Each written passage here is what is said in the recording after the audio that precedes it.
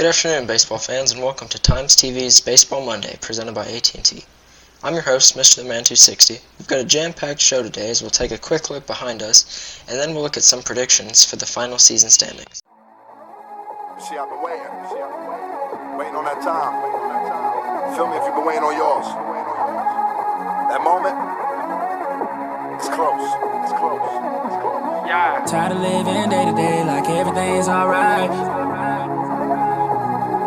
Just waiting on that moment, waiting on my moment, waiting on my. Old dude met mom, it was on. Then he named me over a phone. Prison term, live and learn, sip and serve with my vision blurred. Take this cup of reality, nigga, spin the herb. When you start from the bottom, you can see the top. So when you get to it, don't let them see the spot. Let's get right into it. 43 games into the season, let's see who's hot and who's not. Miguel Vasquez of the last place Miami Manatees is hitting a whopping .359. Tied with him is Kevin Brown from the Birmingham Bluebirds, and Leo Luna from New Orleans rounds out the pack, hitting .347. Ruben Barajas from the St. Louis Warriors has 21 homers at this point. Keith White, the Bluebird shortstop, has 16, and once again Leo Luna is in third with 12. Atlanta Railers left fielder Melvin Camacho currently sits in first place with 48 RBIs. The home run leader Barajas has 42, and our old friend Leo Luna has 39. Luna has really turned it on here as of late, and he could be making a run at the first ever Model Baseball Triple Crown. On the bump, Frank Olson from Savannah has the lowest ERA among those qualified. Aiden Cabrera represents the Manatees on the leaderboard. He comes in with an ERA of just 2.37, and just behind him, another Savannah Spirit starter, Jose Ramos, is third with an ERA of 2.57. Aiden Cabrera of the Manatees and Frank Olson are tied with 69 strikeouts this year, and Joe Cleespies has 59. We'll take a peek at standings now. New Orleans is in first with a record of 28-15, and they're really hitting their stride now, winning their last 5 games and going 8-2 over their last 10. The Swamp Foxes are hot on their heels at 27-15. They're only a half game out of first place. Another hot team, the Savannah Spirits, are 26-17. They're also 8-2 over their last 10 ball games, so they're turning it on as well. The St. Louis Warriors are solidly in fourth, not falling too far behind while also not leading the pack. Following them, the Railers, Bluebirds, and Kings all have 18 wins. Atlanta's 3-7 over their last 10, and they're in the midst of a 5-game losing streak, and that could be leading to some tempers flaring in the clubhouse, as reports have surfaced that Miguel Santos wants out. The 33-year-old backup catcher has made only 4 starts this season, and evidently feels like his talent could play elsewhere. He's batting .313 through a small sample size of 33 at-bats, but perhaps GM Trey Chafin could move him somewhere and get a sizable return. The Miami Manatees round out the pack at 13-30, firmly in last place. The injury bug is at Kansas City hard, as they have 7 injured players on their roster right now. The GM would be wise to put these players on the disabled list and allow their reserves to get some time in their place. Let's move on to the more nerdy part of our show now, sabermetrics.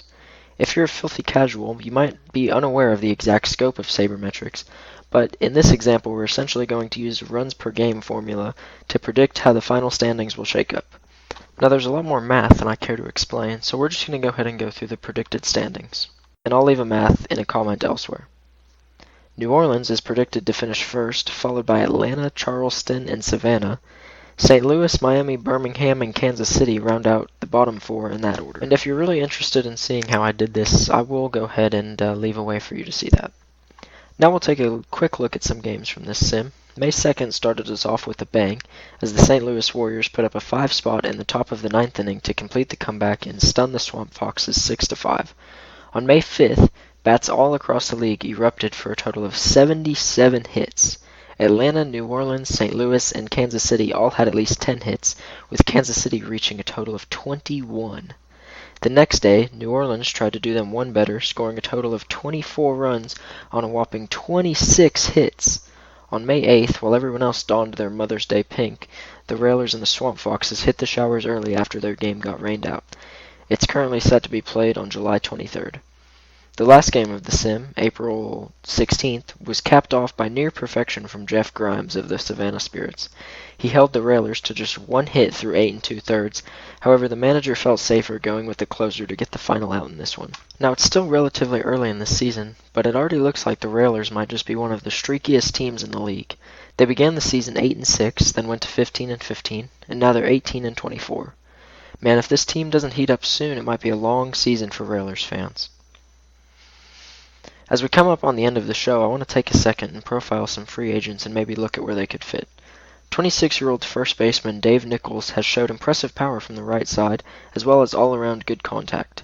He has an average glove and should easily be able to find a spot on a team like New Orleans or St. Louis that has corner infield injuries.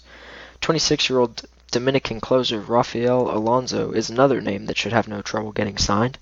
His fastball tops out at nearly triple digits, and if he is able to work on his control a little more, he could develop into one of the elite closers in the league. On the international side, Roger Santiago from Venezuela is projected to be one of the best ever to grace the league, and he's only 16. Of course, only time will tell, but he's projected to be an absolute hitting machine. Let's go! Batter up! We're taking the afternoon off. It's a beautiful day for a ball game today. The fans are out to get a ticket or two. From Walla Walla, Washington to Kalamazoo. It's a beautiful day for a home run, but even a triple's okay. We're gonna cheer